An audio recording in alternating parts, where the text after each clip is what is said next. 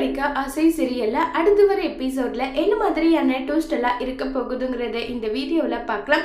முத்து நினைச்சபடியே பாத்தீங்கன்னா கடியை கொடுத்துடுறாங்க. முத்துவை நினைச்சு பயங்கர சந்தோஷப்படுறாங்க.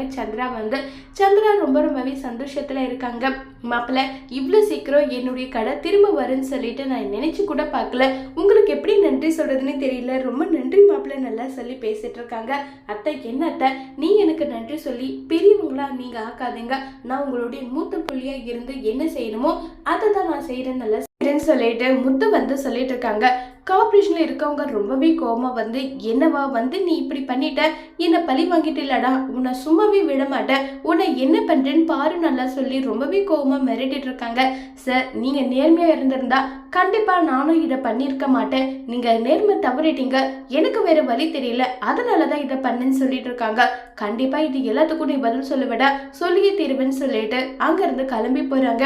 உடனே மீனா எனக்கு அவர் வேற மிரட்டிட்டு போயிருக்காரு, எனக்கு என்னவோ ரொம்ப பயமா இருக்குன்னு சொல்றாங்க.